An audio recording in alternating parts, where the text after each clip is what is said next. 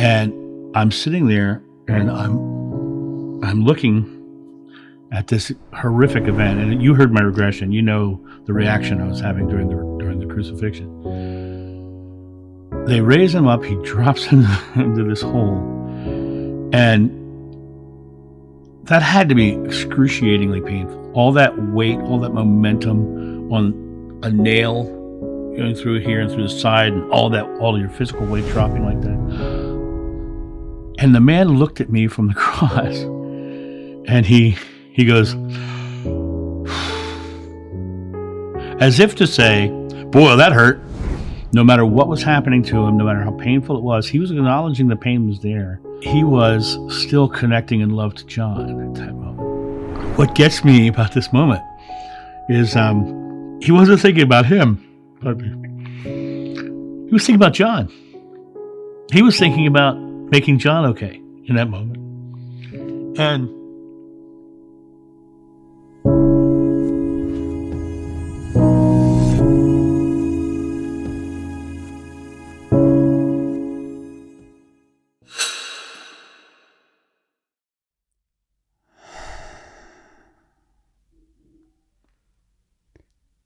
John Davis, welcome on Just Tap In, brother. What are you most excited about right now in your life? I am so excited right now because I'm watching the world shift into a new perspective. 20 years ago, when I was first out speaking, everyone was so shallow and so looking for the next light show or the next guru to listen to. And now every day I talk to people who are finding their own awakening within themselves, and they're starting to step into their own power. And that excites me more than anything else because I see the world shifting around us in such beautiful ways. And Jesus, Yeshua, he talked about the return or the second coming. What was he really referring to with the return? Well, I'd like to correct that. Paul spoke of the second coming, and a lot of the apostles spoke of the second coming. What Jeshua spoke of was broadening our awareness and getting out into a new understanding of our oneness with God. When he said, "The Father and I are one, and you must become one with me as I am with the Father," what he was saying was that right now we're very aware of the physical world and our physical world constructs, but we are bigger, we are broader. And when you look at the Bible, the interesting thing about the Bible and all of the teachings in the Bible, there's something that most people don't realize, is that all religion is New Age. All religion is New Age. You know, if you look at the length of time humans have been on Earth, the documented oldest human is from just over 200,000 years ago. The oldest religion in the world is 10,000 years old. It's Hinduism. So if that was a yardstick, you had 36 inches of a yardstick. The 36 inches of the yardstick is humanity. The last 1.8 inch is religion. Wow. And the new age hasn't made it onto the stick yet. Right? So we have what, 34.2 inches of humanity before we got into our heads about what our greater experience is. And when you look at it from that perspective, you know, I personally believe, and this is something that happened in my first regression, which we could talk about that in a little bit, but I literally under hypnosis said, it's so simple, we have a hard time comprehending it. And so that 34.2 inches of humanity didn't have the struggles of the mind of religion and New Age and all of that stuff.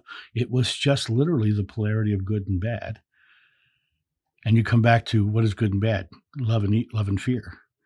And so that's why we have this primal fight or flight response. I hope I'm making sense. And when the apostles did talk about the second coming, were they talking about another prophet or another consciousness? I would say when Jeshua spoke about it, it was about that awareness, another consciousness, a greater. And when I look at spirituality, I don't think of it as hierarchy. I think of it as if you think about it like a fog machine in a room made of love. So the world is made of this energetic vibration of love, and we have this fog machine right next to us. And we can reach out, we can crank the knob of that fog machine, and that fog will spread out and block the view of the room. But then we can crank that back down, and the fog is our fears and anxieties, our stresses. It's the vibration, the lower vibration of those fears and anxieties and stresses. But the realization that's happening now that the apostles were trying to convey was that we have control of the knob. We can turn our fears down. Even the Buddha said the secret to enlightenment is the eradication of fear. The Sufis said God is on one side of a veil and we're on the other side of the veil, and our life is the struggle against the veil, and the veil is our fear. So it comes down to that level of consciousness, that second coming was, if you think about it from the idea of Jeshua, I say Jeshua because that's how he came across in my regression. When you think about the second coming, Jeshua had found a level of awareness of his own divinity, his own oneness with God. And the second coming is really less about him coming back to us and more about us going back to him.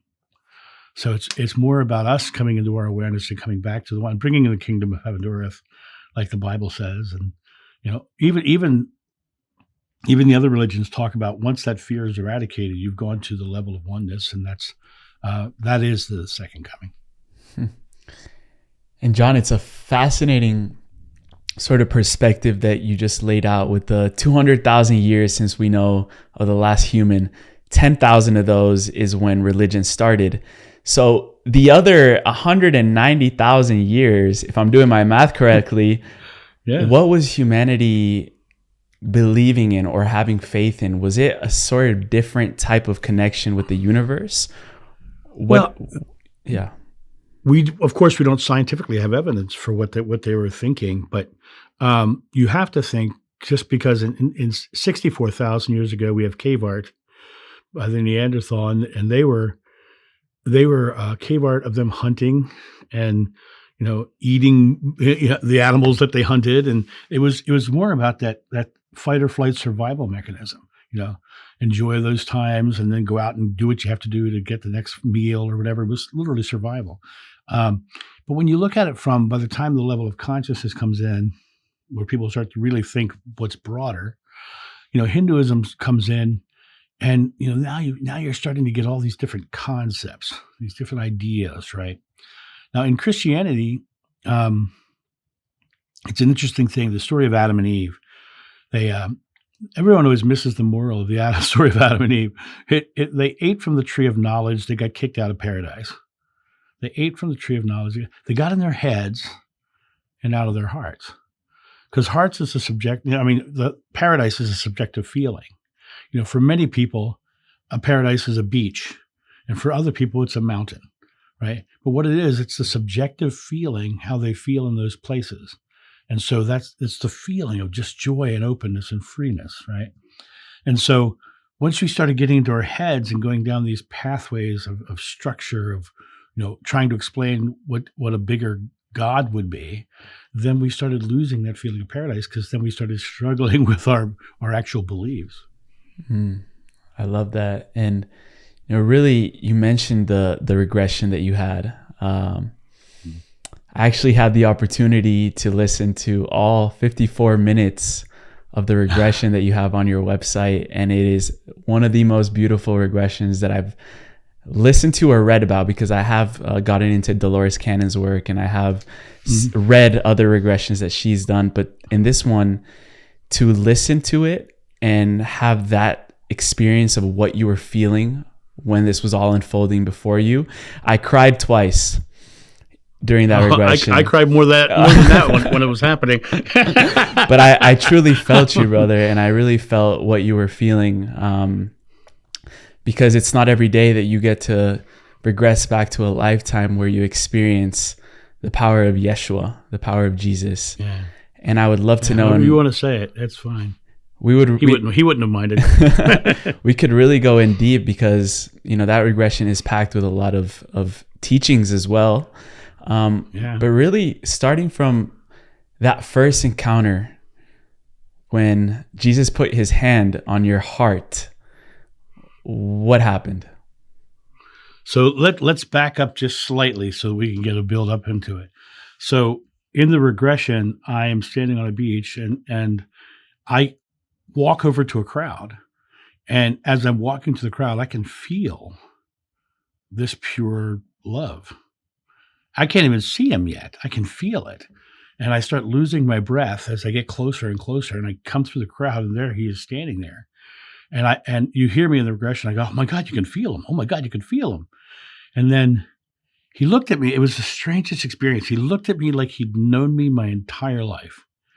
And he smiled and he kind of nodded. He kind of like did a little look like my buddy. And he walks over, he raises his hand up, lays it on my chest. And I came to understand the illusion that we're living in because I left it. I did what most people would consider, and nowadays they considered a near-death experience. I crossed over. I went over to the other side. I was in the pure oneness of love. And people who have near-death experiences always talk about it being an undescribable feeling. And words cannot encompass the purity of love that is there. And I'm on the other side. I'm experiencing this white expanse. I'm hearing thoughts that aren't mine. I'm hearing connection to people around me that was not from my own consciousness, but from the collective consciousness. And all I can think is, oh my God, and I keep saying, everything is love. Everything is love. Everything is love. But then the next thing that was so fascinating in that regression is the regressionist says, what's the next most important moment? And the next most important moment was feeling all my fears and my anxieties, feeling the separation from that love. Because if I had never felt my fears and anxieties of the physical world, I could never come to know that love fully, because you have to have the baseline to measure against it. And so having that experience of separation, which is fascinating, because when you look at the near-death experiencers, they cross over. Now, one of the regular things you hear in near-death experiences is the life review. And they experience all of their experiences of life from not only their perspective, but the perspective of everybody they dealt with. They actually feel the emotions of the people they dealt with. So they're feeling the fears and anxieties and separations from love from all angles, from all facets. And so they're coming back to the oneness of God, realizing all of these experiences from all of the collective consciousness of what love truly is. And so to come here is literally a blessing to experience those separations. And so to me, the crossing over, the hand on the chest, was literally just him coming over and just embracing me with that pure love, so that because I was already feeling it. And he just basically amplified it by, where two or more are gathered, there so I am, right? So he came together, we amplified it, and he took me to the next place. And now to reveal for people, when Jesus put his hand on your heart, you had this urge of following him. And the person that you were in that lifetime was one of the 12 apostles, John. And they called John the beloved because he had a certain affinity to Jesus in that lifetime. He actually cared for Mary after his death, after he went. Both Marys, actually. Both Marys. And, the synchronicities in all this, when you reached out, like just a month ago, I was in Turkey. We visited 3 cities. Did you go to Ephesus? We went to Ephesus. And actually, it's one of the places I have not made it to yet. And I actually wanted to show you this picture, which we'll put it up on the screen.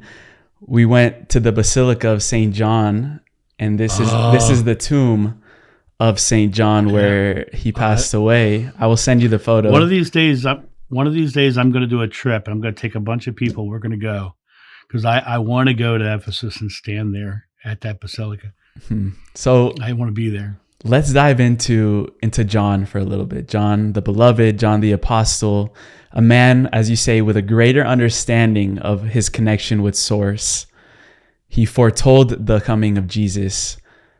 What was that experience like of being in his lifetime? Now, John the Baptist is the one that foretold the coming. That John. Yeah. John the beloved is an entirely different. He was a fisherman. Yeah. John the Beloved was a young fisherman. He was him and his brother James. In my regression, the very first thing I saw was standing on a beach next to my father, Zebedee, and discussing how we're going to move fish because our matter of conveyance was broken and we couldn't figure out how to move it. So that moment that you mentioned a few moments ago about John leaving his life, when I came back to that experience of feeling all my fears and my anxieties, what I was watching, what I was experiencing was not only feeling that, but I was watching Jeshua walk away. And he was walking up over a sand hill, away from me. And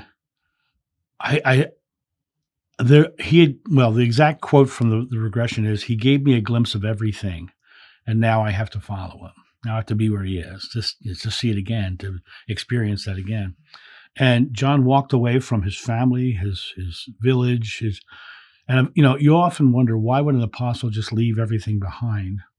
Well, when you have that experience that I just had in that regression, you come to realize that this is all an illusion. Everything's an illusion. If you look at this, the room that you're in, the wall beside you, we know scientifically is made of atoms, and atoms are nothing but an energy event. They're just motion. But then you start to realize that the air between you and the wall is also atoms. And then you realize that the eyes that you're looking at it with are atoms. And then you come to the realization that all you are is your consciousness. And the first lines of the book of John, in the beginning is the Word, and the Word was with God, and the Word was God. Your words, your thoughts, your beliefs go out to the source, and the source reflects those words, thoughts, and beliefs in the image around you. We are literally in the image of God, and this is it. So what John was teaching was coming to that oneness and traveling. And at the end of Jeshua's life, which people often ask me about the resurrection, we'll talk about that in a second. But at the end of his life, he literally was standing at the foot of the cross because he was there because of the Marys. He was asked to take care of his mother and his wife. And yes, I say wife. I literally, in my regression memories since that regression, he called her Ishti, which is the Hebrew word for wife. And so I totally believe that she was his wife. But John took that experience, and he walked the rest of his life, never got married, never had kids. Everything from that moment was serving this man who showed him everything. And so for John, it was all about being that love, delivering that love, and letting people have the experience that he had as well. And John was, in many ways, present throughout Jesus in very significant moments. And you just mentioned briefly how, he showed John everything that was to experience, the allness, the oneness. Do you believe that John in that lifetime ever realized that he could re-experience that through himself? Yeah, absolutely. There's a famous story in the Gnostic scriptures of John in his old age in Ephesus. And he's standing there in this temple, and they're all talking about Jeshua. And they're like, John, you're the last one. You're the last one who saw him alive, because John was the last surviving disciple. And they said, come, teach us, tell us about Jeshua. And John was an old man, and he got up and he doddered up to the front, and he gets up there, and he's a very old man. He raises his hands. He says, love one another.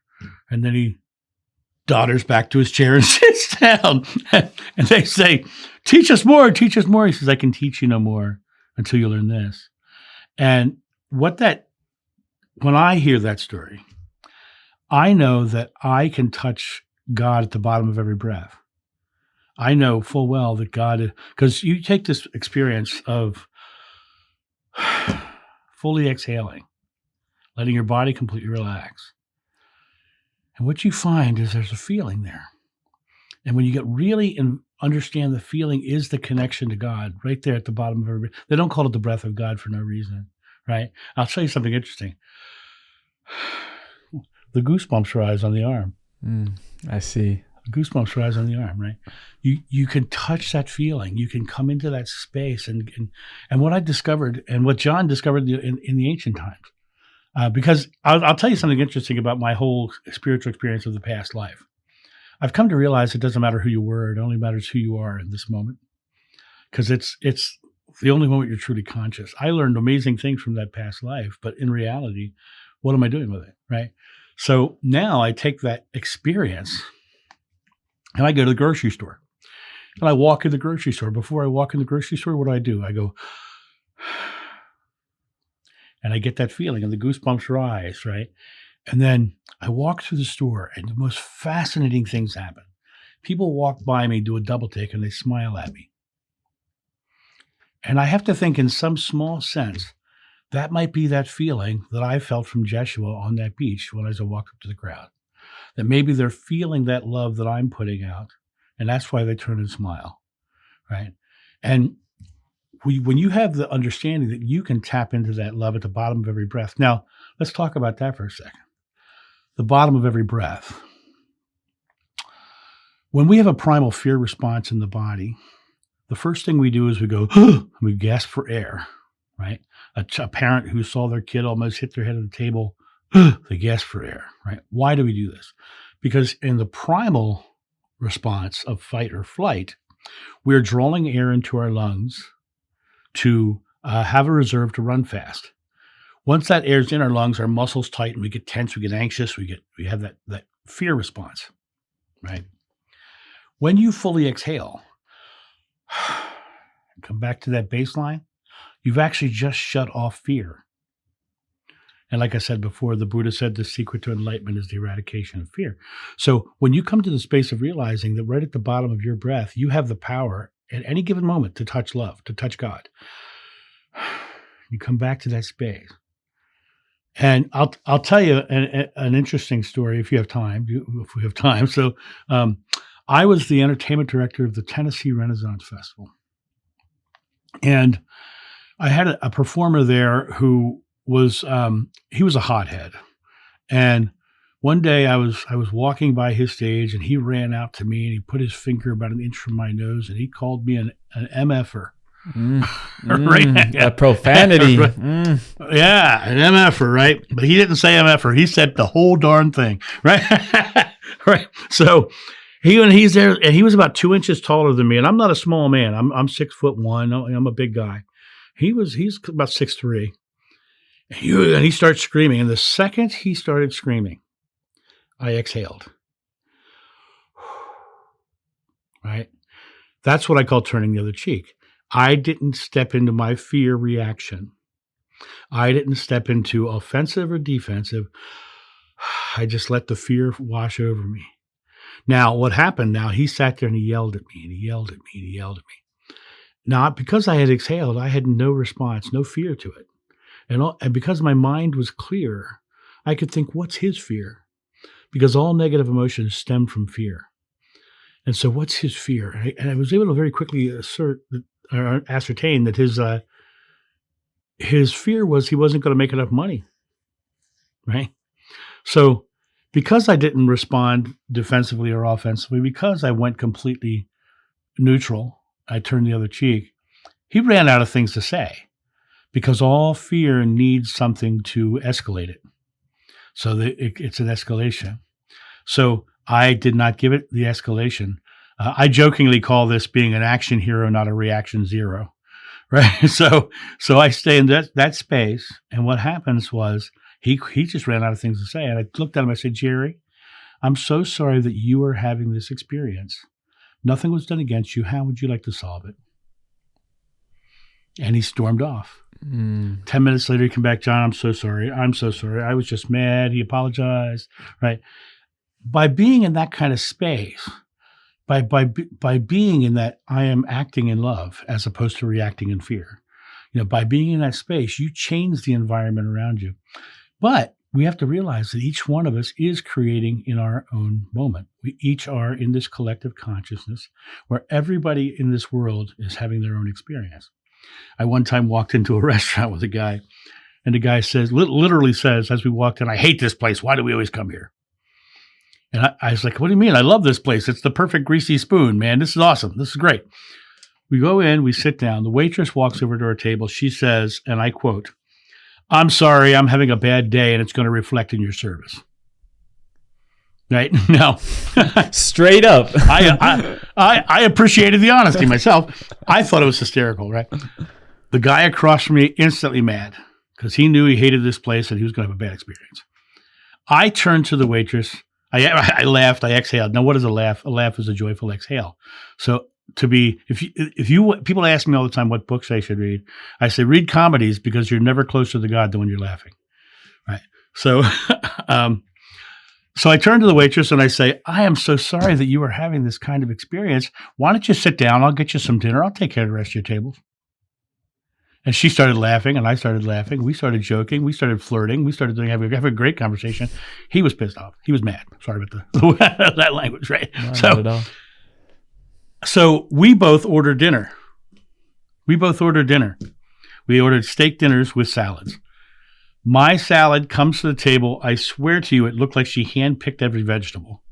It was like the choir should have sang when this salad hit my table, right? The most Instagrammable salad on earth. Yeah, absolutely. Absolutely, right? His salad came. It was the core of the iceberg lettuce cut into 4 chunks, right? He got mad, angry. Right? Our steak dinners come. I liked mine medium well. He liked his rare. Mine came. I swear it looked like they called my mom to find out how to cook it because it was exactly the way I like it. His came. The center was frozen. Right? The center was frozen. At the end of our meal, I got the waitress's phone number. Right? Yeah, right? John, let's go. There you go, right? There you go, right?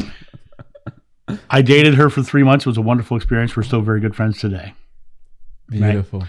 When I sat down at that table, there were 2 negative people. When I stood up, there was 1. And the one who stayed negative had the bad meal.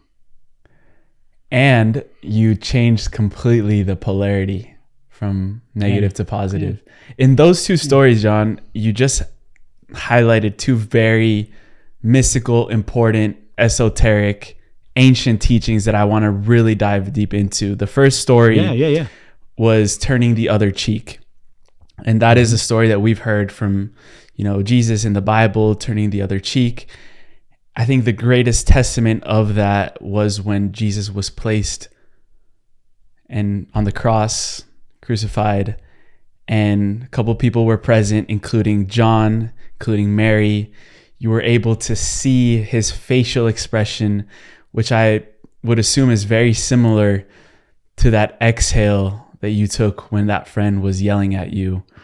What was Jesus's expression? What was his embodiment while he was in pain, essentially? I'm so glad you asked this question because there's a story that I don't tell very often, and this tells you who the man was, right? And this story, and if I cry during this story, please understand this is a big moment for me. It's a really big moment for me. I'm starting to cry already. When they nailed him to the cross was lying on the ground, and they laid him down, and they nailed him through his wrists, and they nailed him through the side of his ankle bones into the side of the cross. So he was in just utter pain. And then they pushed the cross up. Now, where the crosses were going up, there were these holes in the ground that were dug for crosses to sit in. Right? And they would raise the cross up and it would drop into that hole. And I'm sitting there and I'm looking at this horrific event. And you heard my regression. You know the reaction I was having during the crucifixion. They raise him up. He drops into this hole. And that had to be excruciatingly painful. Had to be. All that weight, all that momentum on a nail going through here and through the side, and all of your physical weight dropping like that. And the man looked at me from the cross, and he goes, as if to say, boy, that hurt. Right? And so even while he was going through that excruciating pain, he was connecting with John of old, John, on a level of, wow, that was crazy. It was that sort of, no matter what was happening to him, no matter how painful it was, he was acknowledging the pain was there, but he was still connecting in love to John at that moment. And what gets me about this moment is he wasn't thinking about him. He was thinking about John. He was thinking about making John okay in that moment. And that's huge. That's huge for me, because even no matter what he was going through, he was thinking about John. And when I sat down at that table, I was thinking about the waitress. When Jerry was yelling at me, I was thinking about Jerry. And he took it to the next level and showed us what it really was, is no matter what you're going through. There's the story of Jeshua walking on water. People always ask me about the miracles. I have no memory of the miracles. People always ask me, tell me about the miracles. It's not entertainment. On water, yeah, right.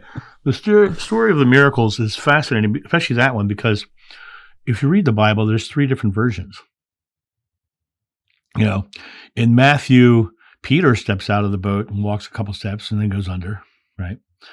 In Luke, Jeshua walks by during a storm, just walks by the boat and says, look, you don't have to succumb to the storm.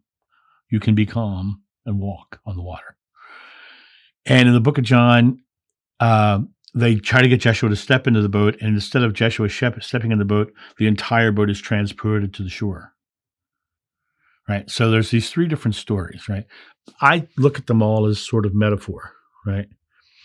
If you lose faith, you'll go under. In your most tumultuous times of life, you can still stay calm. If you embrace what I'm teaching, it'll take you somewhere else.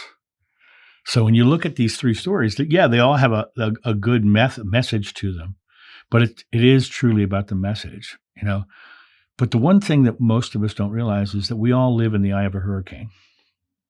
The world is swirling around us, and it's swirling around us and swirling around us. And what Jeshua was, he was the spotter plane on the outside, saying, come this way.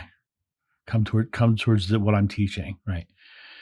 And so was Buddha, so was Krishna, so was Muhammad, so was Baha'u'llah, so was probably Wayne Dyer, all of these big teachers, Deepak Chopra, all these big teachers were probably just saying, spotter planes, saying, come this way.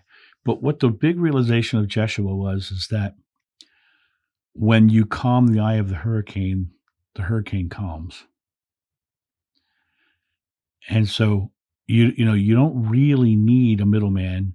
You don't need a guru. You don't need a teacher.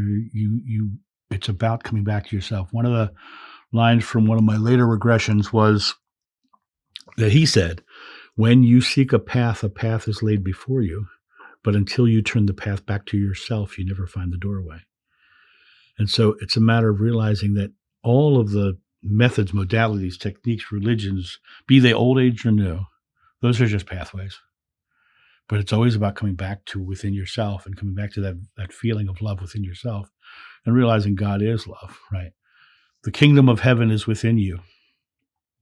It's not out there. It's within you. It's a matter of your consciousness coming back to that oneness of God and doing it in all things.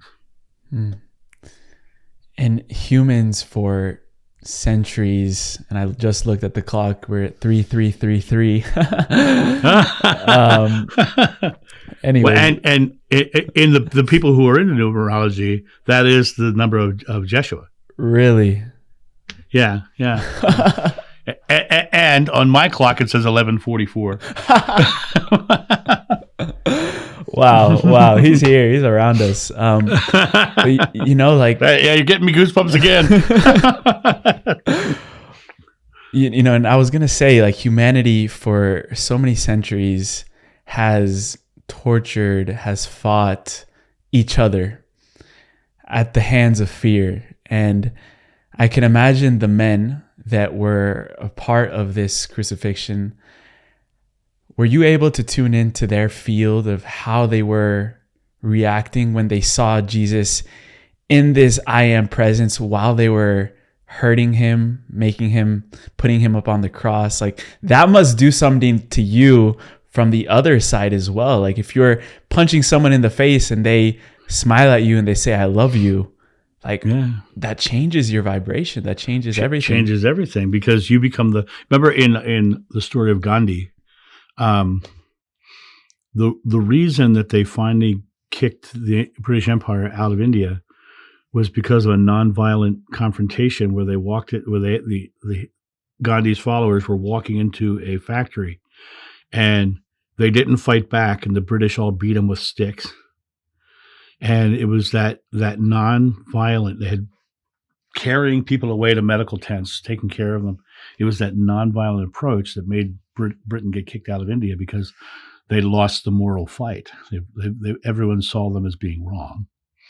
And so, when you turn the other cheek, when you come back to that, so the other thing is if you truly are fearless in those moments,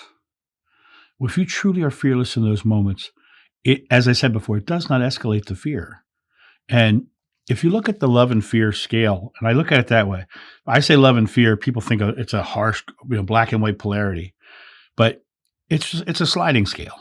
You've got love on one side, you've got fear on the other side. And right here in the middle is neutral. To this side, it's annoyed. To this side, it's amused, right? And then it gets bigger and bigger and broader, and angry and joyfully laughing, and all these positive sensations, negative sensations. But here at the neutral point, this side's love, this side's fear. And so when you come to that perspective of realizing that all negative emotions have a fear associated with them in some form, and all positive associations have love in them in some form, it's a matter of then, when someone comes at you from a negative perspective, if you can let go of your reaction out of fear and look at what their fear is. I used to do a thing when I was in the corporate world. I was a corporate motivational speaker for a while. And I used to bring someone on stage. I'd pick the most timid person I could find out of the audience. I'd bring them on stage. And in under 5 minutes, I would teach them to crack whips and hit targets out of my hand. Right? And which is crazy if you think about it, right? The whole secret to it had nothing to do with cracking whips, had nothing to do with hitting targets, had everything to do with managing their fear and changing their timeline. Now, changing their timeline is the interesting thing, right? How do you change someone's timeline? You never leave the present moment. You can't go to the store next Thursday right now. You can't go to the store last Thursday right now. You will always be in your present moment. The future's coming to you. You're not going to it. And it's coming to you depending on what you believe about the now, right? So in the process of teaching this woman how to crack a whip, I never mention whips. I talk about fishing rods. And I teach her how to cast a fishing rod. And it just happens that just is the way whips crack. It's the same exact motion, right? So I get her to crack the whip. Once she cracks the whip, I say, did you hear it crack? She says, yes. I said, so you know how to make it crack. You don't have to worry about that ever again. You already know how to make it crack, right, don't you? She says, yeah. So what did I just do? I shifted her timeline from learning a skill to knowledge of a skill. I shifted her from I have to learn this to I am this, right? And God's name is I am, according to Moses, right? And whatever you ask in God's name is granted. I am, right? And then the last thing I do is I pull that target out and I hold it out. And you see her. Instantly, she goes, she gasps for air. And what do? I go, I promise you're not going to hurt me. I negate the fear that just made her gasp for air. And they always go, oh, okay. And they exhale. The exhale. And then I say, just look at where the fish is and just cast your fishing rod, and they go kapow, and they hit the target every time. It has everything to do with managing your own fears and bringing your timeline to the very, very present. I am, right? When you look at the word amen means so be it. It means right here, right now, it's done. Gratitude. When you thank for something, it's because you know it's happening now. And can I have a glass of water? Thank you. You're saying thank you as it comes. So it's a completely present moment belief, right? Most people struggle in life because of the fact that they are trying to get to something instead of realizing that their belief in this moment is what brings it into their experience. And a lot of people will live in this moment wanting, needing, hoping, trying, wishing, can't, and howing. And all of them are declaring lack in the present moment. I am joyfully receiving. I am happily creating. I am wonderfully exploring is the creative element of the world. I am. Whatever you ask in God's name is granted. I am is God's name. When you pray, believe you shall receive and you shall. Right? You can have faith as small as a mustard seed. You can ask a mountain to move. It'll move. Nothing's impossible for you. Faith is just belief, but it's present moment belief. John, how did Jesus create through that teaching of the I am? All the time. He understood it was not only his I am, but it was other people's I ams, right? Now, the greatest way to teach this is to talk about healing. Jeshua's healing, right? I did a whole video on this on my other channel. Jeshua understood that what a person believes about their I am moment was what they will experience.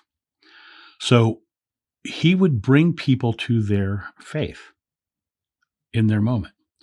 And the greatest story about this is this. In the Bible, the story of the blind man born blind, they bring him to Jeshua, and he's healed of his blindness he's had his entire life. Now, in that story, Jeshua picks up dirt, he spits on it, he makes mud, he rubs it on the guy's eyes, right? Now, which, if you really think about that, that's really gross, right? It's really a gross thing, right? But he rubs it on the guy's eyes. But it's Jesus' spit. You could sell that on eBay now for millions. There you go, man. Oh my God, could you bottle that? That'd be awesome. But everyone was telling this blind man they're going to take him to the person who does healings.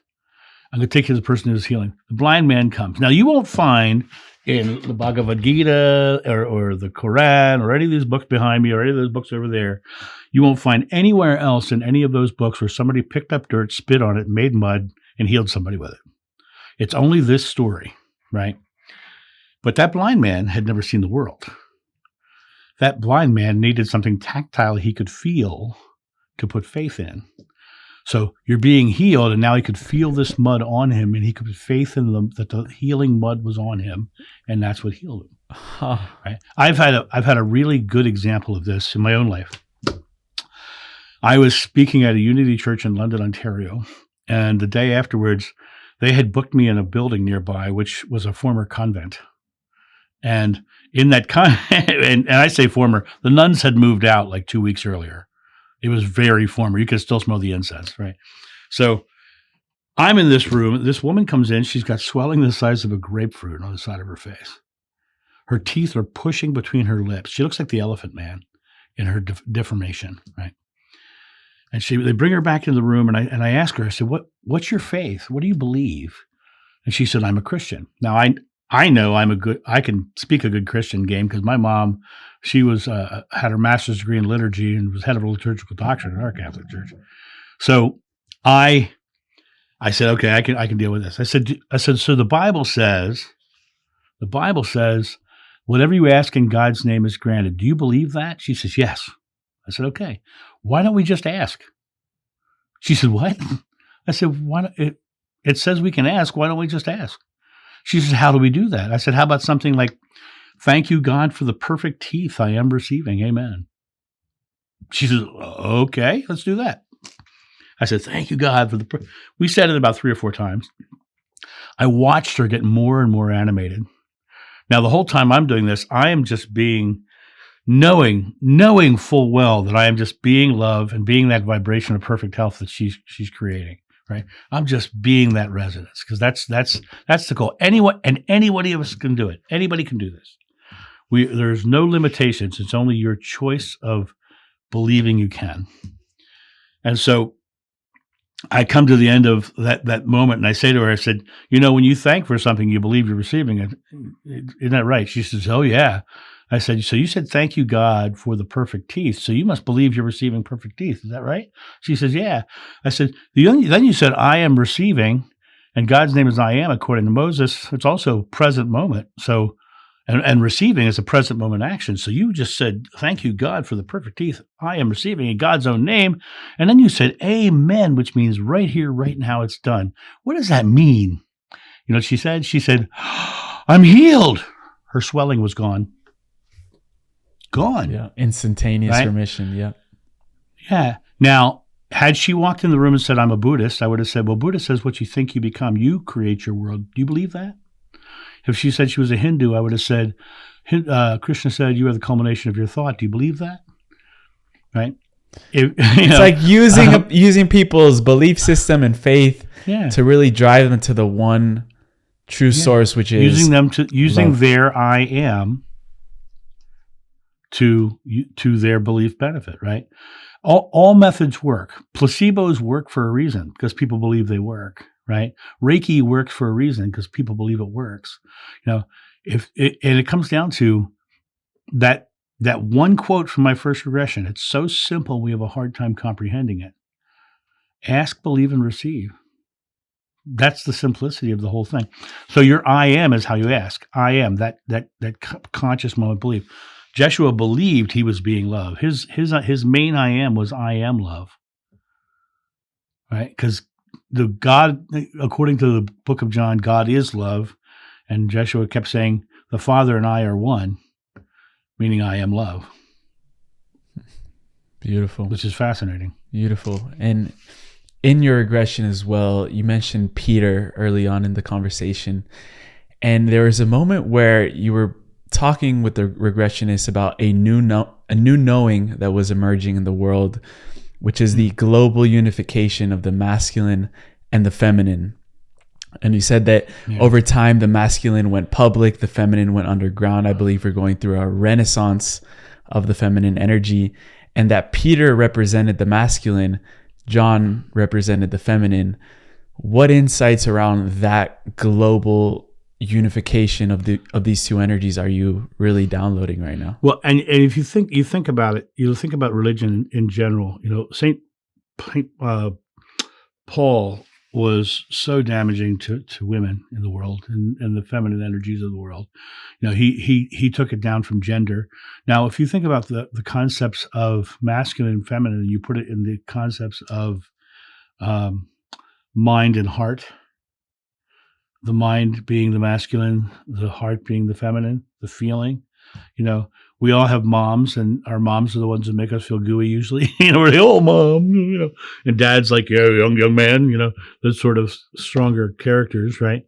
And the masculine, and we've had a time in the world of struggle and strife and war and pardon my French, pissing contests where they're standing up to see how strong they are, right? And now what's happening is you're finding these beautiful stories of love. Like, for instance, and I don't want to bring any politics into this at all, but I do want to bring up this one story of Ukraine. Russian soldiers came into Ukraine, and you know who were the first people to try to make it a loving experience? The mothers of Ukraine were finding Russian soldiers who were just in terrible condition, and they were connecting them with their mothers back in Russia. They were helping them call them and talk to them. They were bringing that loving aspect. There's a hero of mine, and she doesn't even know she's a hero of mine, a woman named Antoinette Tuff. And Antoinette Tuff was a high school office worker. And the boy walks in with the AR-15. And he comes in with the gun. He's like looking around, and she says, "What's the matter, honey?"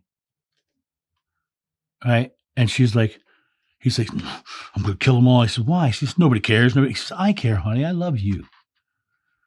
And Antoinette Tuff came out from behind the counter. She sat down. She talked to that young man, right? And she says, "I love you. It's going to be fine. I'm going to take care of you. Nobody's going to hurt you at all. I promise you."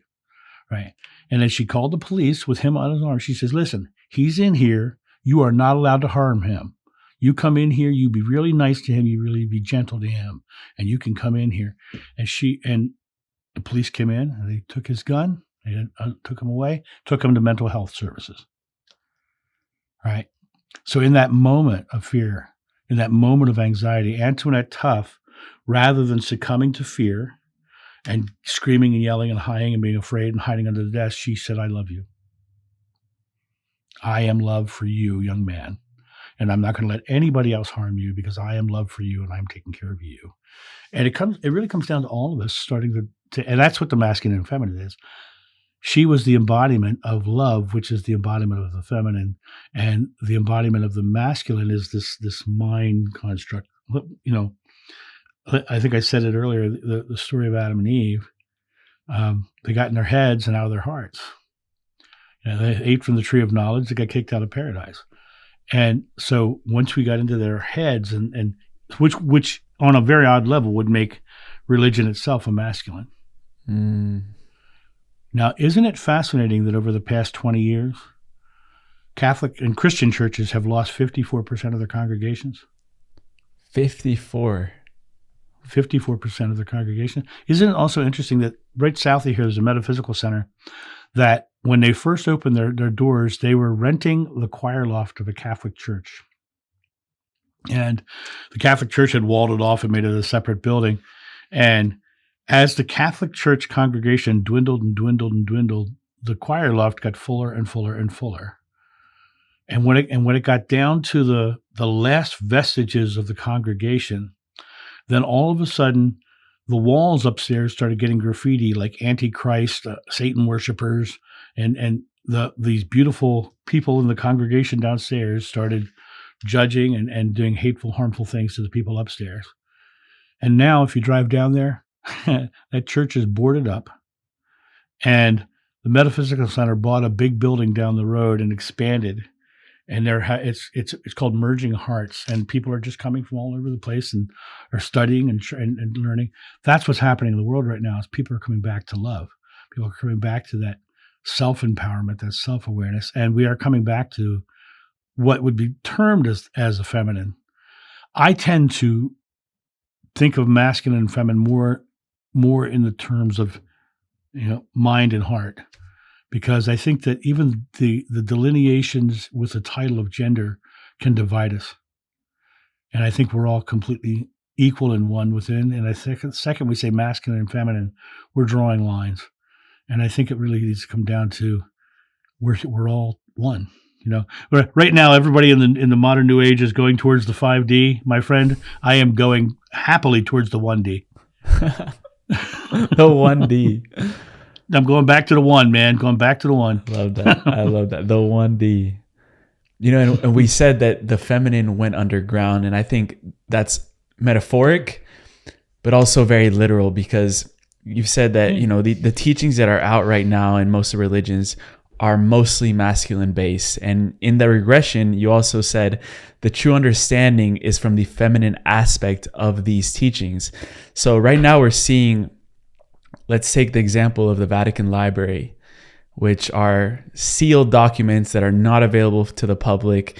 A friend of mine, Robert Grant, he just got access to that library, and he's going to go down and really reveal what is going on around there. But if you were to even predict what type of teachings we would see within these documents that are hidden and why they would be hidden in the first place, what would it be?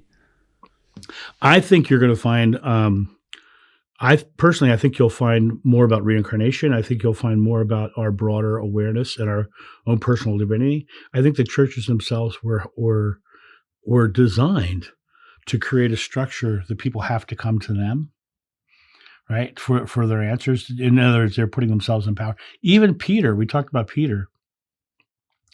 Do you know that in the Gnostic Gospels, they asked Jeshua who they should go to when he's gone, who's going to lead the church? And he said, go to my brother James. He did not say Peter was the rock upon which I shall build this church, right? What happened was as time went on, you start to see these constructs of trying to create this Christian religion, which Jeshua wasn't Christian. Christianity wasn't really formalized until 100 years later. So what happened was Rome decided that they were going to adopt Christianity, and Rome had to become the seat of power. Right now, when Jeshua went to the cross, he sent his disciples all over the world, all over the region, teaching the message. John went to Turkey, right, and James stayed in Jerusalem. Peter went to Rome. So for Rome to be the seat of Christian power, Peter had to be the one that Jeshua said was the leader of the church. So that's why Peter is the first pope, because he is the seat of power of Christianity. St. Peter's But Basilica. in reality, yeah. And so when you look at it from that perspective, is Rome grabbed a hold of the masculine and took power, right? And what that story I told you earlier, John in Ephesus, love one another. That's the feminine. Just love one another. Sitting at that restaurant with that waitress, I was just loving her, right? Going grocery shopping, I just loved the people. Working with the lady for healing, I just loved her, right? That's what's happening right now. And that to me is the most fascinating thing, because you find that the people who are the loudest right now, who are railing and getting angry, and even in our political structures, they're coming from this very fear-based perspectives. There's a famous Socrates quote: "When the debate is lost, slander becomes the tool of the loser." Right? And so they're all calling names right now, which is slandering, right? And so they're all calling names. They're all doing all this stuff. They're all getting the best press. But here's something I want people to really take away from this, is that we live in a predominantly beautiful world that works well. And people go, what do you mean? That's crazy. I said, well, I live about a half an hour from Cleveland, Ohio. And if I had a 9-to-5 job in Cleveland, Ohio, coming from where I live, I would pass 1,000 cars on the road on the way to and from. Right? Every day I might see one car with an accident, or one car on the side of the road with a problem, or road work or something. I might see one. Probably won't see one, but might see one. Let's just say one. So tonight on the news, they're going to talk about the accident, the road work. They're going to talk about all the negative things that happened on that trip, right? What they should be saying is that 999 cars made it safely to their destination with no problem whatsoever, right? Our world works, but when we succumb to the fears and anxieties that people push, we are succumbing to the masculine ideas, the mind ideas of fear. Even the rapture, I find the rapture fascinating because it's not in the Bible. I mean, it's not a biblical teaching at all. In fact, it wasn't invented until 1830, when Minister Darby heard a woman's dream and then interpreted it into a rapture. But isn't it interesting that a lot of the Christian churches adopted it and started pushing it? Because it is one of the greatest fear-based teachings to drive people to your church, right? I think we're discovering right now what the feminine is realizing that everything is one, and we can be loving in every moment. I've been to 30 countries. I've been on top of Machu Picchu. I swam the Blue Lagoons of Iceland, been in the pyramids of Giza. I have been to all those countries. I have seen beautiful, loving, caring people in all of them. And when I was in Egypt, I was there for a month, and on day 20, I climbed Mount Sinai. And I'm climbing Mount Sinai. And the whole time I'm there, I'm treated like just a prince, like a prince. Family member. I was invited into homes. It was amazing. Climbing Mount Sinai, you start climbing at 1 o'clock in the morning. 2:30 in the morning, I hear someone yelling my name, John, John. I turn around, and it's the manager of the hotel I'm staying at, running up the mountain to give me a coat because he thought it was going to be cold at the top. That's how I was treated in Egypt. Next day, I ran into another American. He says, have you been having problems since you've been here? I said, nope. I've been treated like a prince. Everywhere I go, people want to fight me. 5 minutes later, I wanted to kick that guy's butt. No, I didn't really, but that's what he was putting out. He had a fear of Muslims. So coming to the country as a Christian, he had a fear of Muslims, and so he thought everyone wanted to fight him. And so he got that sort of feeling. I was treated beautifully. I was treated beautifully in Iraq and Afghanistan and Kyrgyzstan and Uzbekistan, Pakistan. I was treated beautifully everywhere. India. And when you look at it from the perspective of you truly do reap what you sow. You truly do reap what you sow. That is what they call instant karma, right? You literally are putting out this beautiful, loving, feminine, paradise.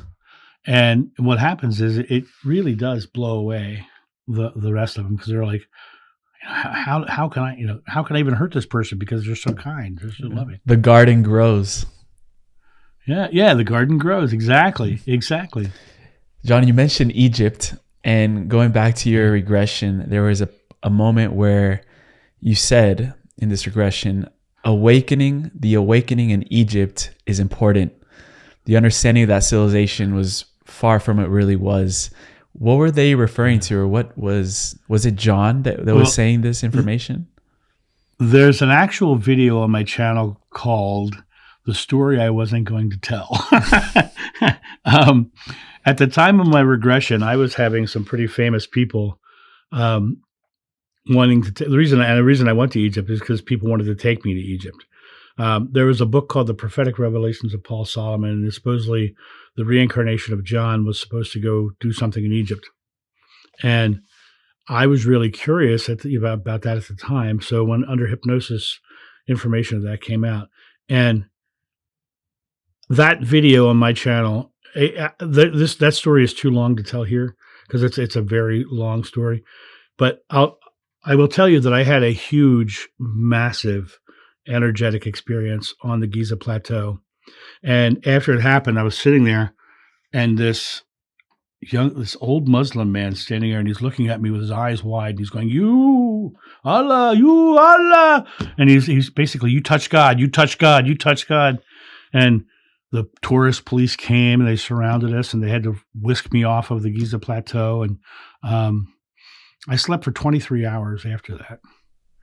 And that was, we got there at 9:00 in the morning, and I got the chills. You got it? Yeah. You go, so you and your listeners, go listen to that video on my other channel. It's called "The Story I Wasn't Going to Tell." It's a much longer story than that. But, and there was a reason why I wasn't going to tell it, because there was a famous author with us at the time, and he was going to write that book. And I told him I wouldn't tell the story. But that happened in the year 2000. I think 23 years later, I could probably tell the story and be fine with it, right? So, do you feel that you touched God in that moment? I feel in that moment that I love that. I love the question, the way you asked that, because I think we're never separate from God. But in that moment, my awareness was definitely broadened into how it's not just this physical world; it's all universe that we're connected to. Because I touched Mars in that experience. It was really interesting. People often ask me, and it's 1212 right now, which is a big number sequence for me lately. For about the past 4 months, I've been seeing 1212 everywhere. I have no idea what it means.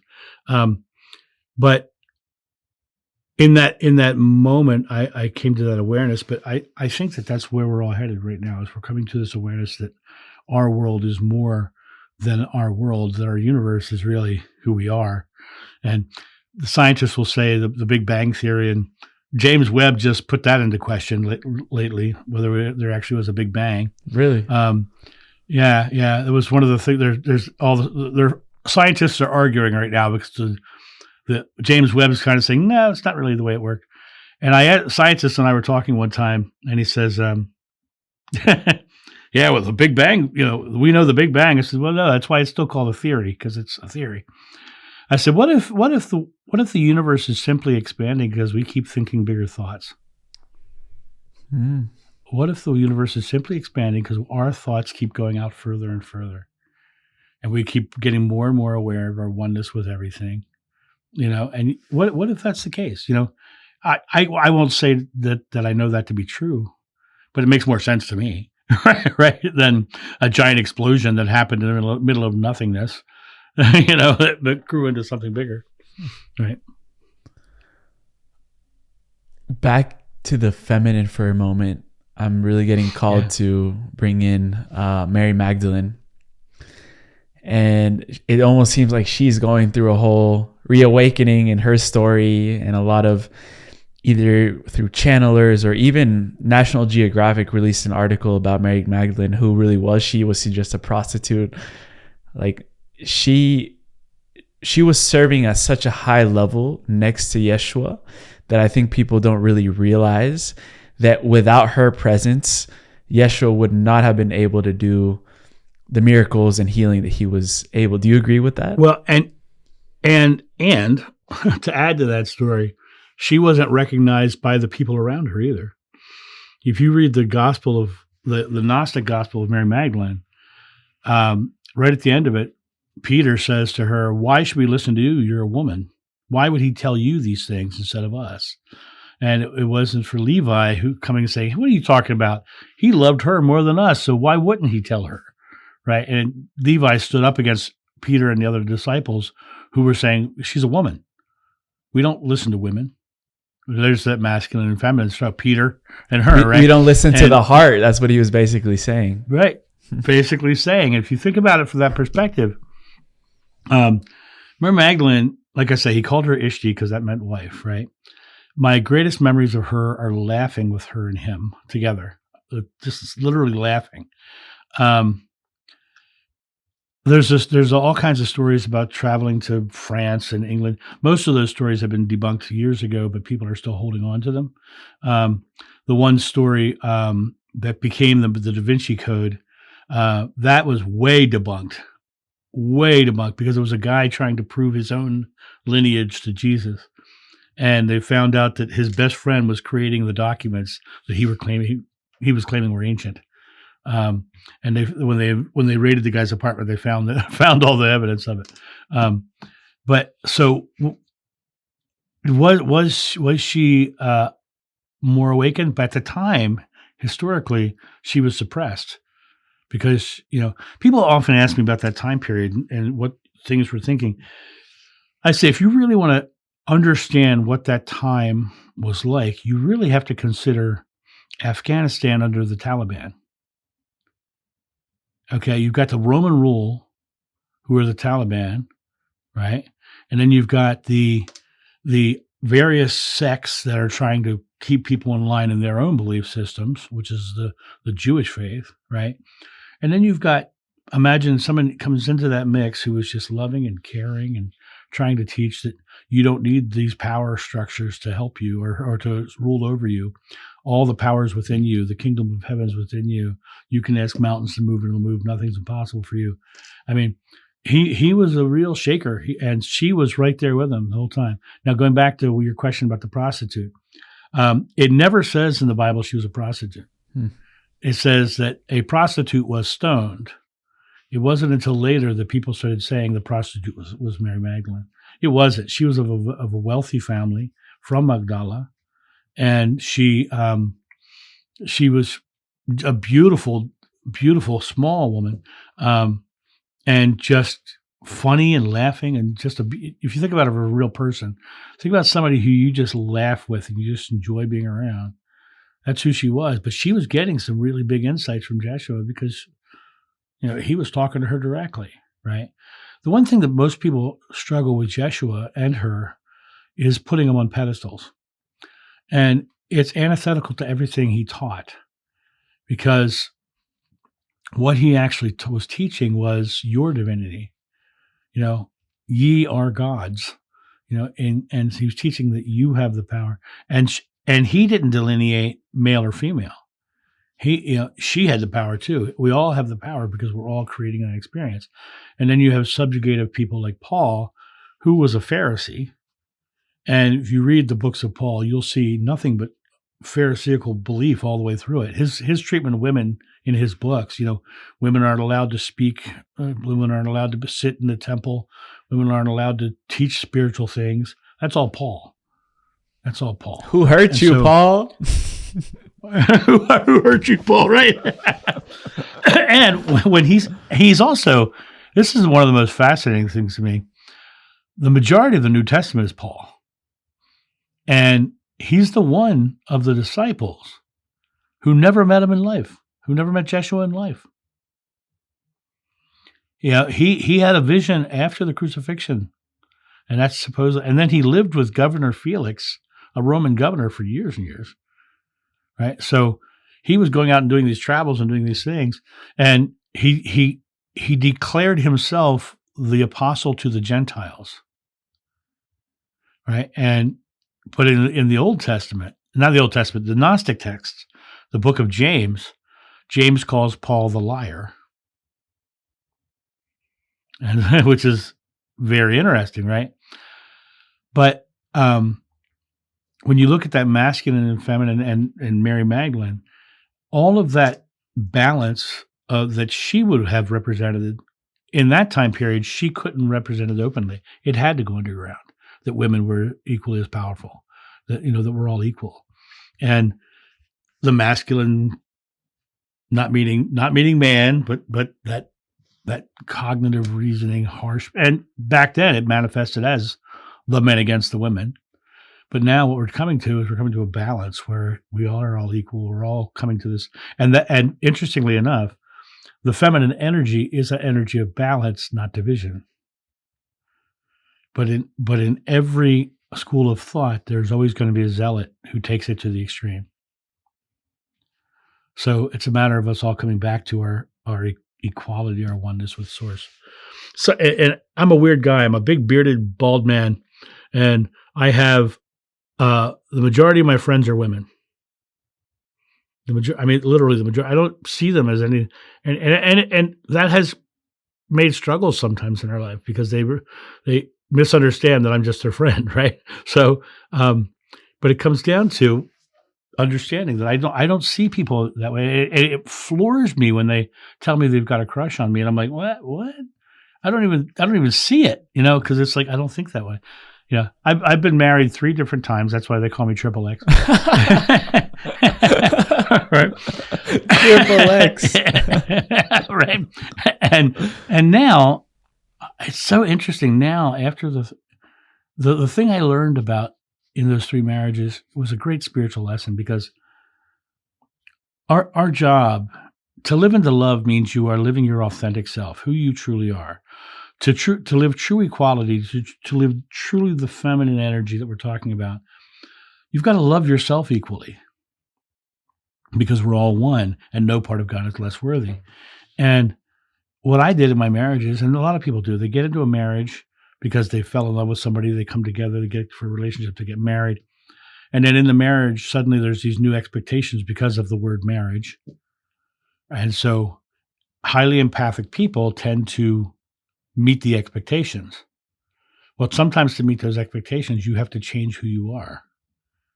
And when you change who you are, you're no longer the person they fell in love with. And so you give yourself up, and you give up that love because you're no longer loving yourself, and love has become out of balance. Wow. And I'm really curious, and thank you so much for sharing that, because it took me to that time period when Yeshua walked the earth. What was his concept or his understanding of divine union with the opposite sex? There's a video on my channel called Jeshua Loves Sex.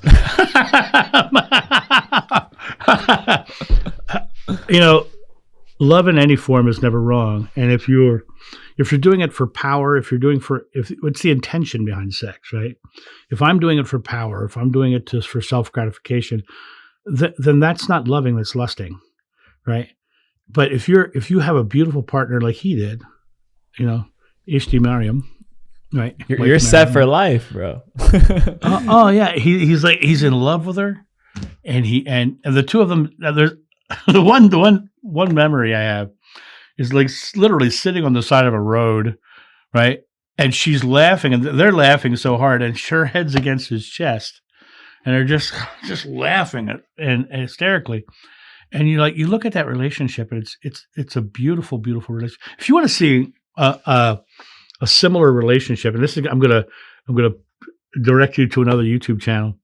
I'm a big fan of like the off-grid movement that's going on right now, and self-sustainable stuff. There's a channel called Wild Wonderful Off-Grid, and it's this couple who've created this farm that's completely solar powered. It's amazing. It's amazing what they've done, and they're building their house on their own. It's a husband and wife building the house on their own. Their kids, take care of the animals. And they just opened a cafe in West Virginia. And the reason I like the show has nothing to do with what they're doing. It's because you can palpably feel the love between these two people. They're out there grunting, standing walls, and in the middle of it, they just stop to kiss, right? And then they pick on each other in really fun, loving ways, and they don't take offense in any way, shape, or form. They just laugh at what the person says, and they imply some, sexual humor to each other sometimes. But it's so beautiful of a relationship. I could watch that channel for hours just to watch how they interact with each other. And to me, when you look at Jeshua's life, that's how it was with her. He didn't see her as a subjugated woman. He saw her as this person that was a representation of love for him. This relationship is love, and I am giving love to her, and she's giving love to me, and we are one in this love. And so I think if more of us would just remain our authentic self. I had a woman one time say to me, she came on and she says, "John, help me find my soulmate."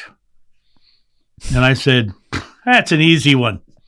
She said, "What? What do you mean it's easy? I've been trying for years." I said, "Precisely." Because when you say try, you're going to be trying forever. Right? Right. So I said, here's what you do.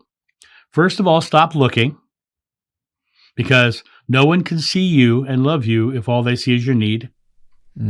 Right?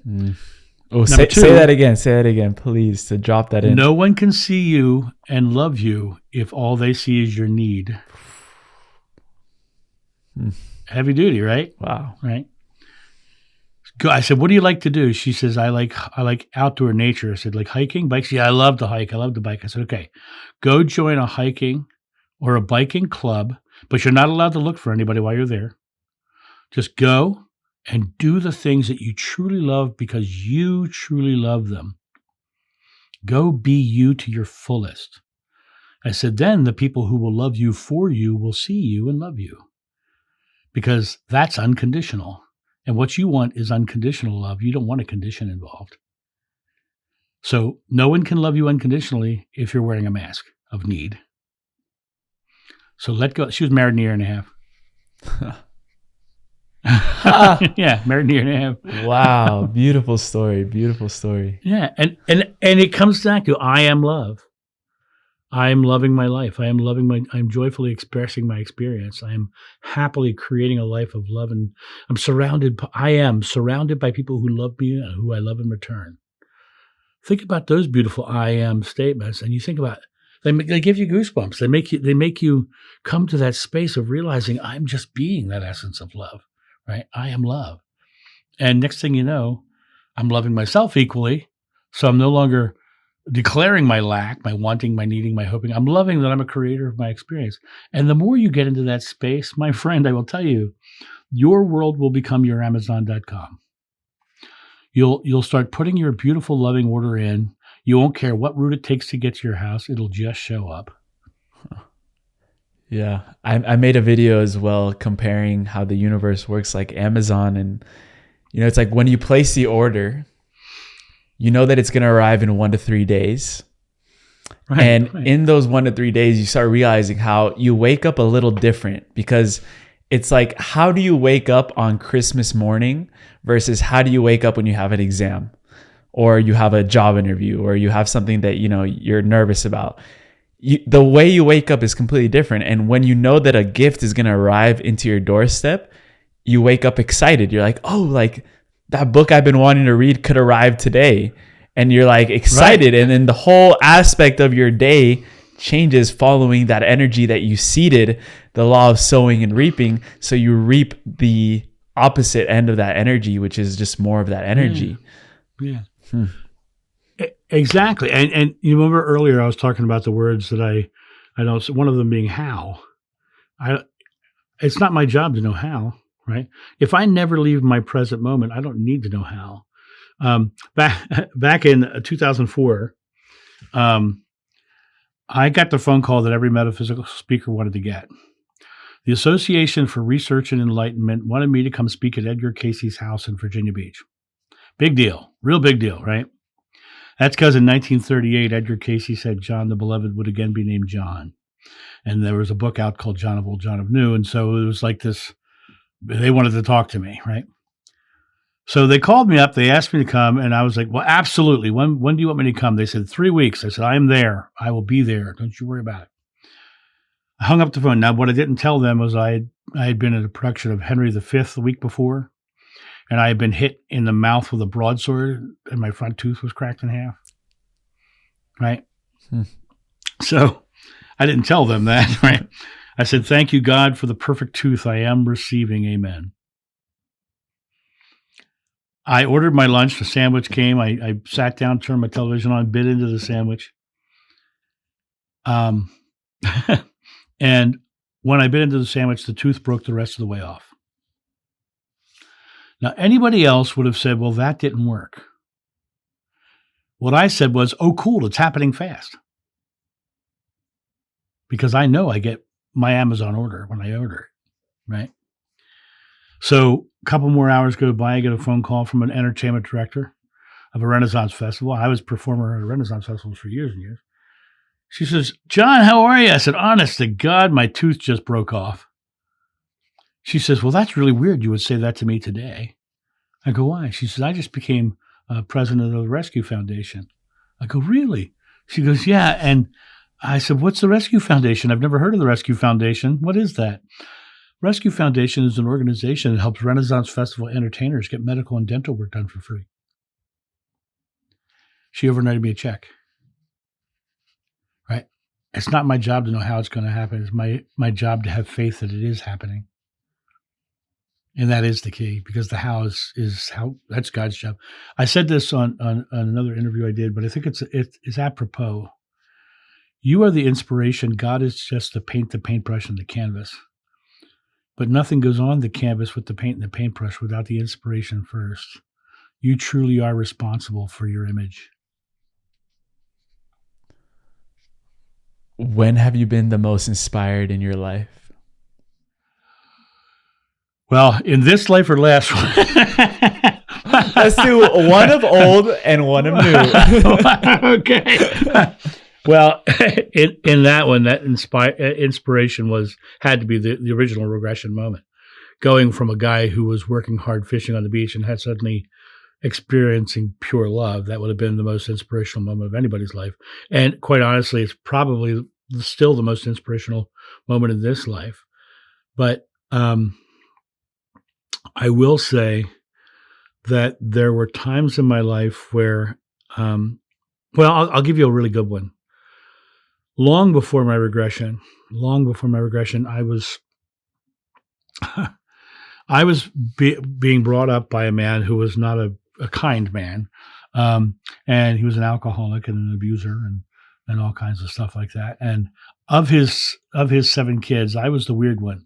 I was having imaginary friends and out of body experiences and all this stuff. And my blue collar plumber father didn't like the weird kid in his family.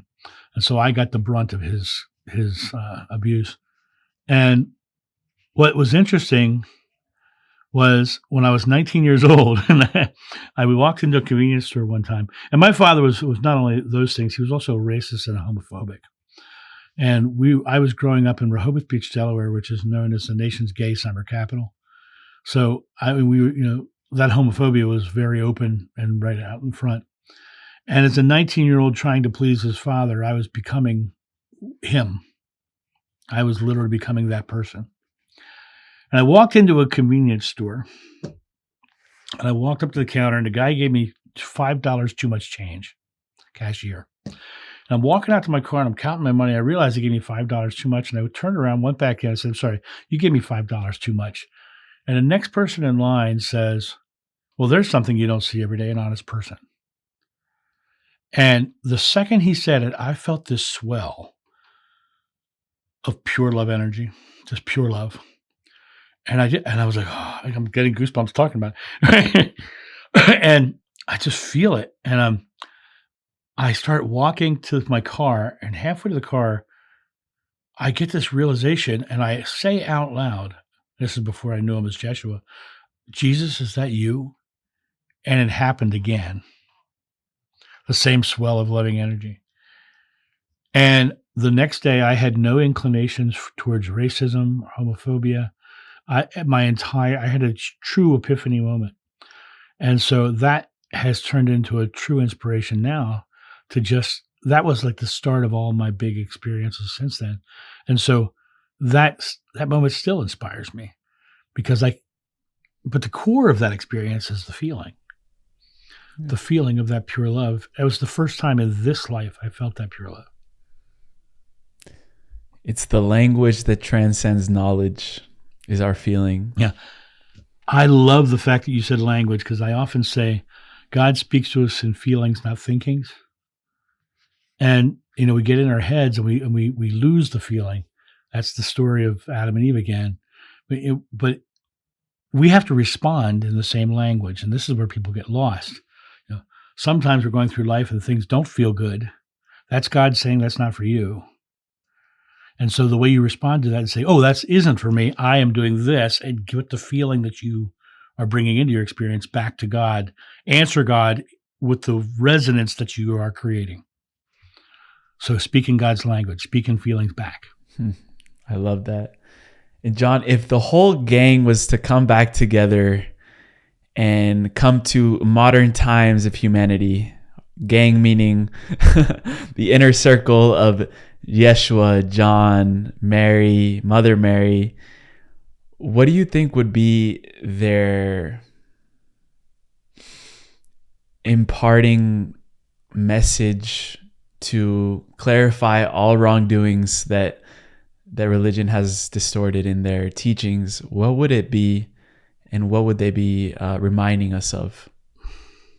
They would, first of all, they would say everything is love, because everything is love. And when you look at any of the ancient teachings, any of them, put your love goggles on, read the loving parts, and throw away the fear-based stuff, because that's not of God. That's of the mind of man.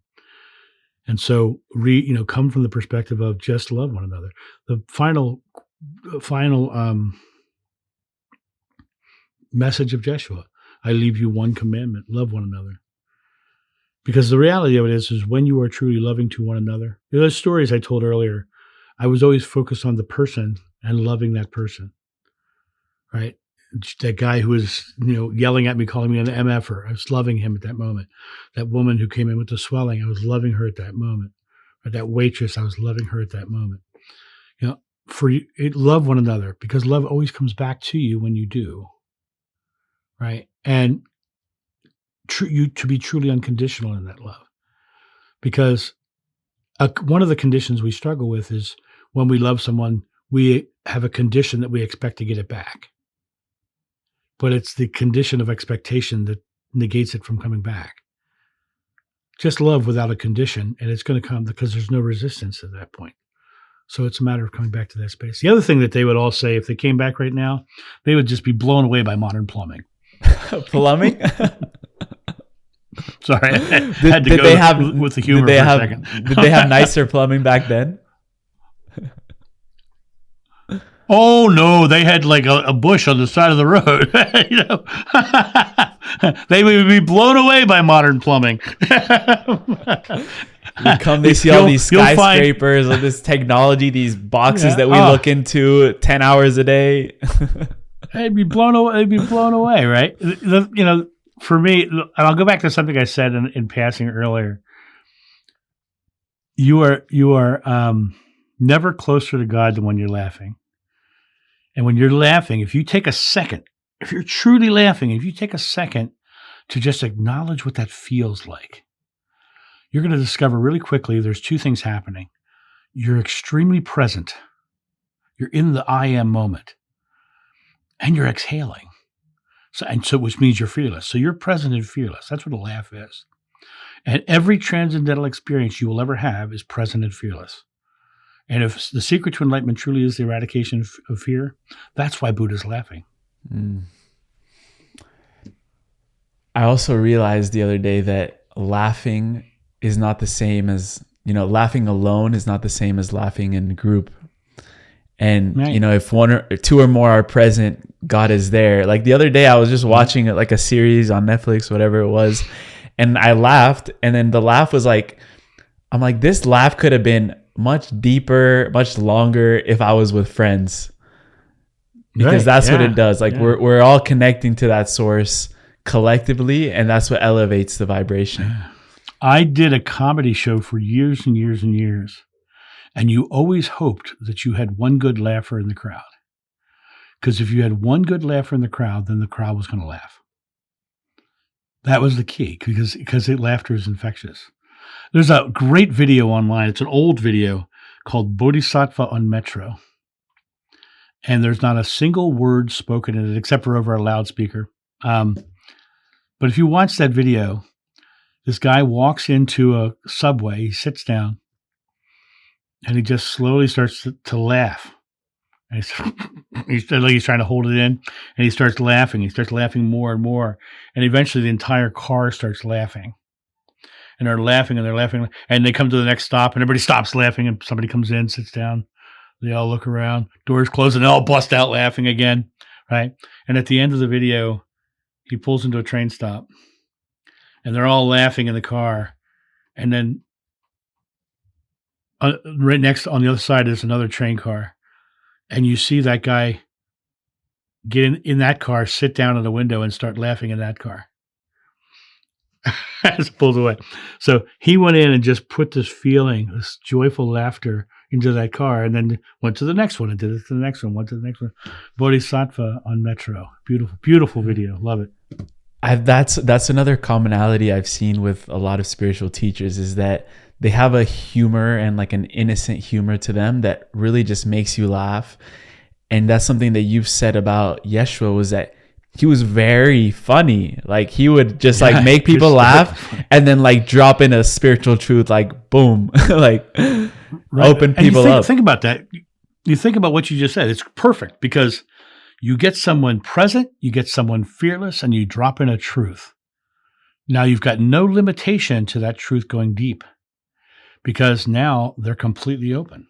They're completely fearless. They're completely in that space, right? Fear is what is the great paralyzer. Fear is the thing that stops us from achieving anything in life, right? What I've like I said, I've done a lot of things in my life, but I have stopped succumbing to fear. And what did that do for me? I was in a movie with Brad Pitt and David Duchovny. I literally was. There used to be a TV show on called Highlander years ago, and I was a fight director at the time and doing fight choreography, and I would look at the guy on the credits, F. Braun Magash. He was my hero. He was like the sword master, right? He's in my cell phone now, right? Just because I just started living my life fearlessly, and next thing you know, and when I say fearless, when I was in Iraq on the USO shows, there was a time during the Iraq War where the Shia attacked the Sunnis mosque in Samara, a town called Samara. And we performed at that base right after that happened, right? And which is right next to the city. And we flew us in on 2 Black Hawk helicopters. We got out of the helicopters, and they said, go get some lunch, but we don't have a dining facility on this base. Go to that truck, get your food, scatter, because if you have a group of people, you become a target, right? So I go over, me and my guys, there's 4 comedians and our travel companions who came with us. We find a Humvee, we climb up in it, we eat our lunch, right? And then we go over, we do a comedy show for a couple hours. And then we go to leave, and the helicopters come back in because they don't stick around because they're a target if they're on the ground. And they land, and they throw all of our stuff in the front of the helicopter, and we climb up in the back helicopter, right? And the helicopters take off, and as they take off, the rocket-propelled grenade goes underneath the helicopter I'm sitting in and blows up the Humvee I ate lunch in, right?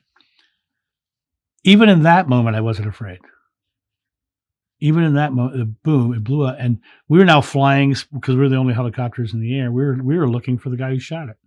Never found him, but even in those moments, I wasn't afraid.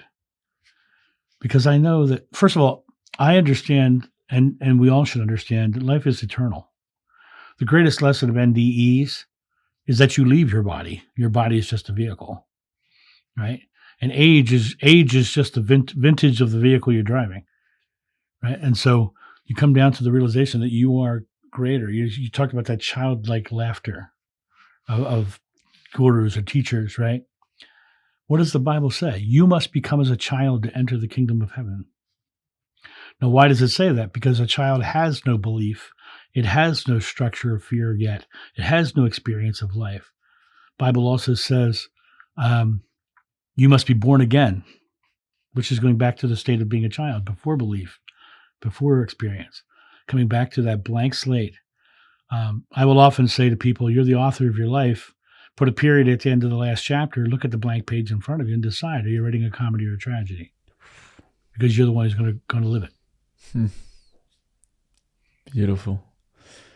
What was the funniest thing that Yeshua ever said to John? You know, people ask me questions like that all the time, and I don't remember the funniest thing he ever said. I just remember he would pick on you, right? He would see you doing something that was so self-limiting, and he would like give you those sort of things. So I don't really remember. I will say there's a story in the Bible, which I think is more, to me, it's more funny than most people will give it. You know, he comes to a fig tree and it didn't have any fruit, so he cursed the tree. Right? Right? Now, a lot of people think it's cursed like I'm putting a hex on this tree, right? And I think he just cussed at the tree. Damn it, I wanted some figs, right? Right? That's what I think, you know? Because I did a video like 2 years ago called Jeshua Loved Figs. And he just used to eat figs. He just loved them, right? And he came to a tree that had none, and he was upset by it, right? People want to make it out like Jeshua walked into a room and the choir started singing. Jeshua was a man. He was a man who understood his divinity. He understood his connection to God, but he still had all of the trappings of being a man and a human on earth. You know, when he said, you have eyes, but you do not see. You have ears, but you do not hear, right? He wasn't saying that calmly. He was saying that annoyed that you weren't understanding what he was teaching. Right? So you have eyes, but you do not see. You have ears, you do not hear. You know, he wanted to get that message out, but no one could understand it because it was so simple. It was so simple they couldn't comprehend it. Because it's the mind trying to comprehend, and simplicity goes straight to the heart.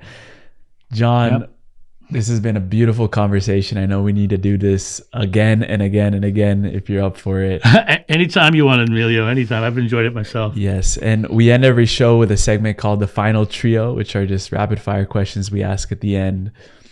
But before that, where can people find you? Where can they learn more about you and connect with your work even deeper? Okay. The easiest way to find me is on YouTube. Just put your @ John of New all together. That's my handle on YouTube. Or if you search John of New, you'll find me. I'm there. You can also find my other channel called At the Recovering Catholic, which is a fun channel too. And my website, johnofnew.com. That's the easiest way to get a hold of me. Beautiful. For the final trio, the first two questions are personalized to the guests, and the last we ask at the end of every show. The first one goes along the lines of we talked a little bit about affirmations, but you don't call them affirmations, you call them declarations. So the question is, what is the greatest declaration that you would leave for yourself and for humanity right now? I am love. Beautiful.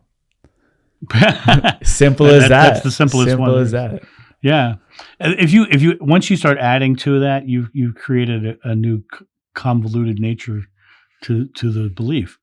Just be love in all things, and everything. Your world will be love. Beautiful. And going back to that moment where Jesus placed his hand on your heart, if you were to tune into your heart right now and tap into your love for Yeshua, what would your heart say? Vocabulary sucks. You can't express pure love. There's, to put it to words would diminish it in some way. In the Bible it says, perfect love drives out fear, and the words, because of the limitation of it, I would personally would be in a situation where I'd be like, I think it's more than what I could possibly say. Because, and you hear people in regressions, and not regressions, near-death experiences, talk about the love is undescribable. And so I really can't give you a word that would say it, except for pure. Beautiful. The last question we call the time capsule question, because it requires us to travel out a little bit out into the future, around 15 to 20 years. And I chose out those dates because that is going to be a time where the leaders of the next generation will be stepping into more leadership positions around the world. But they're also going to need some guidance, some wisdom, some mentoring. And you were given the opportunity to leave behind a time capsule for these leaders. So the younger generations of today, in 20 years, would open your time capsule and be equipped with anything that you would want to leave in there. It could be everything from physical, it could be a book, a teaching, it could be non-physical, it could just be a transmission, an energy, an essence, anything that your mind can conceive of. There are no limitations on what you could include inside of the time capsule. But if you were given the opportunity, what would you leave behind for the next generation of leaders? Well, I'm gonna use your terminology of leave behind in a different way. What I would leave behind from that time capsule is the fears and the anxieties and the divisions of inequality, segregation, and hate. And what I would put in that time capsule would be love, compassion, the words of all the greatest teachers in the world. Be the change you want to see in the world. What you think you become, you create your world. As a man thinketh, so is he. Ye are gods. Step into that space of realizing that what you're thinking, you are creating into the world. So create the world that you want to create beautifully, wonderfully, without fears and anxieties. And on top of this time capsule, there's a gold plate with your name on it. And you can inscribe or etch in a question that you would leave behind for these leaders. A contemplative question, something that they would be reflecting on for the years to come. What would that be? I would put I am and a blank line and with a question mark over the blank line. I love that. John, brother, thank you wholeheartedly for sharing your story, your voice with such courage, because I know that coming with this information at a time, and I think the world is ready now, but I know you came out with this much earlier and it took a lot of courage, and now it's being fully accepted by the hearts and minds that are ready to receive. So I just want to honor you for your fearlessness and for just sharing with your heart and being who you are. Very genuine, very authentic, and very funny. And we laughed throughout this whole conversation. So yeah, man, I appreciate you. And well, I hope so, because if you laughed at something I said, then I helped you touch God. Beautiful. That's all I care about, is helping others find that connection within themselves. Yeah. We will have to do this again, brother, for sure. Anytime you want, my friend. Anytime you want. Until next time.